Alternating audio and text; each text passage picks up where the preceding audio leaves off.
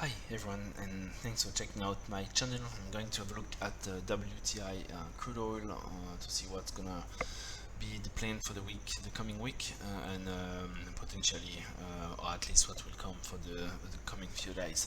So, having a look first at the daily chart. So, I changed my plan midweek, as I was mentioning, because we had a switch, very important, I believe, on WTI that happened with a critical break that we got here at that level at 41.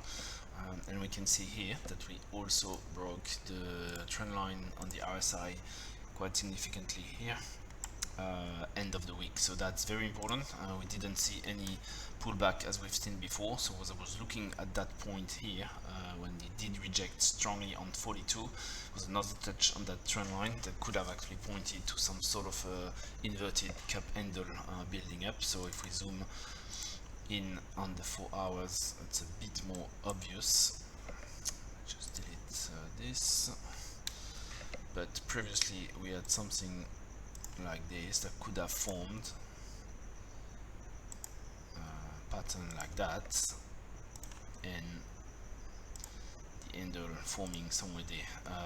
Last week we got a break critical here at that level above 41.8. That large candle got rejected at the top but did find some support just below, and now of course that scenario is invalidated, and we are not even really going to a double top, but we are actually making an ascending triangle on a very critical level here. That kind of figure has a high chance of to break out, and the target for this would be the cup, and so we are looking now at 45. So 45 is my new target for that swing. I believe that's because on the daily we had that divergence in place on the daily here,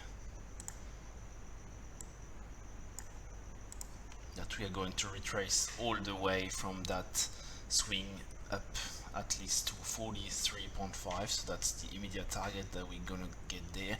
But should we actually break that level to get there, I believe it's not gonna stop there, and we'll reach the level of, yeah, say 44.5, but 45 is probably optimistic enough in the short term. Of course we need to reverse the 200 MA that's still pointing down, but it's kind of flattening somehow, but we need this of course to reverse to have some trend a bit longer term. There's a high chance on 45 we're going to reject and potentially go back down and retest 42, so I will reassess at that time. In terms of the timing, we're probably going to get very close to the OPEC meeting in there on that swing, and 45 ahead of the meeting, and then we'll be careful as it might actually sell the news, and in case there's no more cuts or no changes for next year or something like this, it could pull back to 42, then we will start to accumulate again under 45. But that's the short-term swing that I'm going to trade. Forget about a new retest of the 34, sorry. That was the target on that divergence we had here. I believe we can consider that divergence cleared up for now. There's of course a chance later on something catastrophic could happen that we could actually plunge back, but I don't think it will happen short term.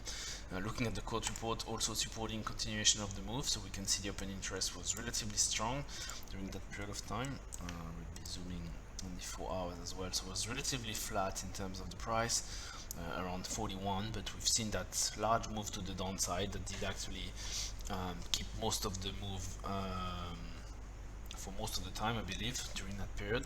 We could see the open interest was relatively high, but of course we've seen the managed money did increase their long position, increase also short, and we can assume that the short position has been increased in that move to the downside, but the strong long accumulation in the really short period of time is actually quite bullish in my opinion.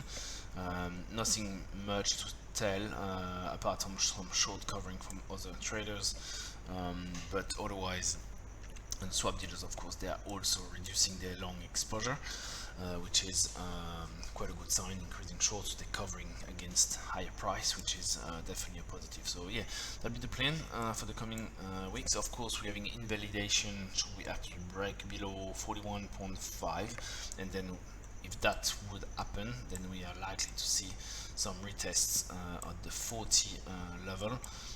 And of course at that level we need to reassess again if that plane of moving higher is still valid, or if we have a risk of breaking lower. But we can see on the daily we got the 50 and the 20 running, pointing to the upside now. They're going to be in support of that move, so 40 should be quite comfortable in terms of the stop loss, not too far away. And assuming we got 40 at the bottom, 45 is still a decent risk reward. I believe below 41.5 is a probably safer stop loss for that swing.